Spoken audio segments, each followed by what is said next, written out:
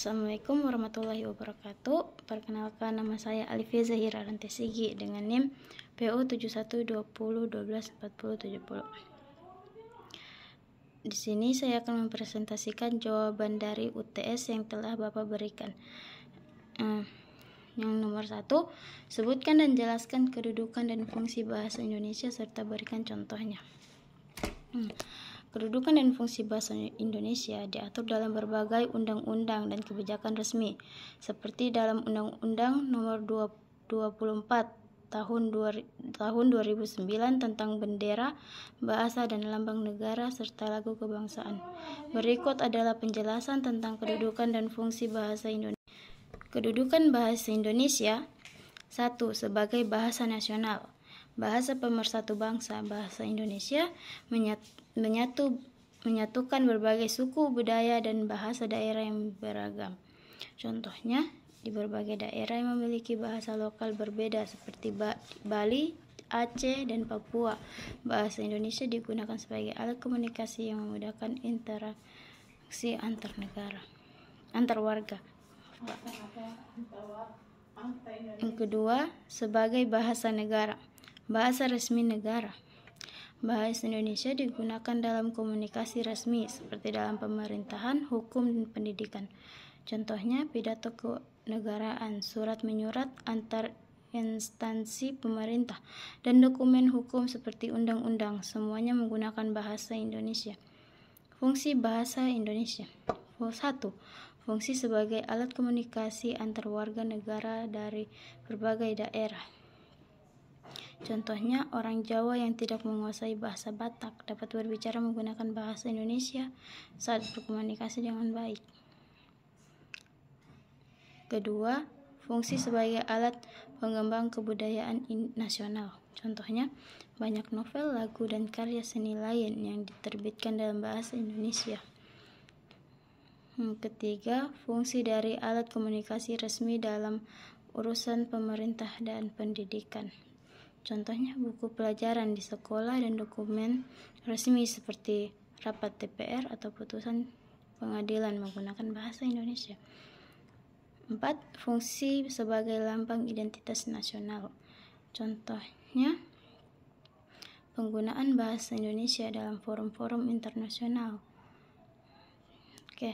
Yang nomor 2,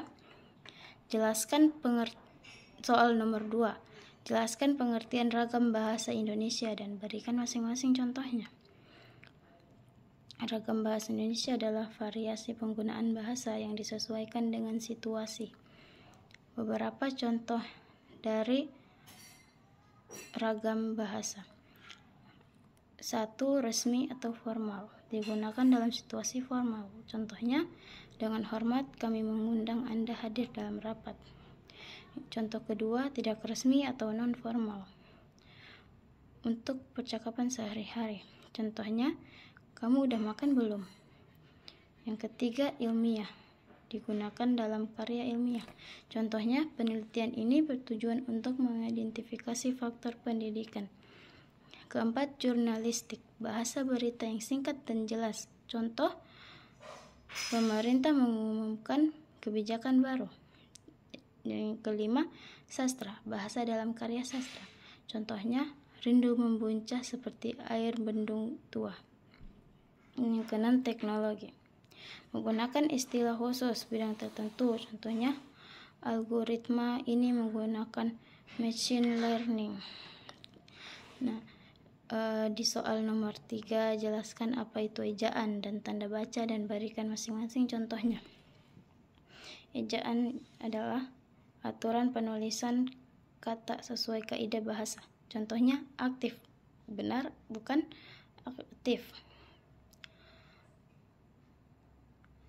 Tanda baca.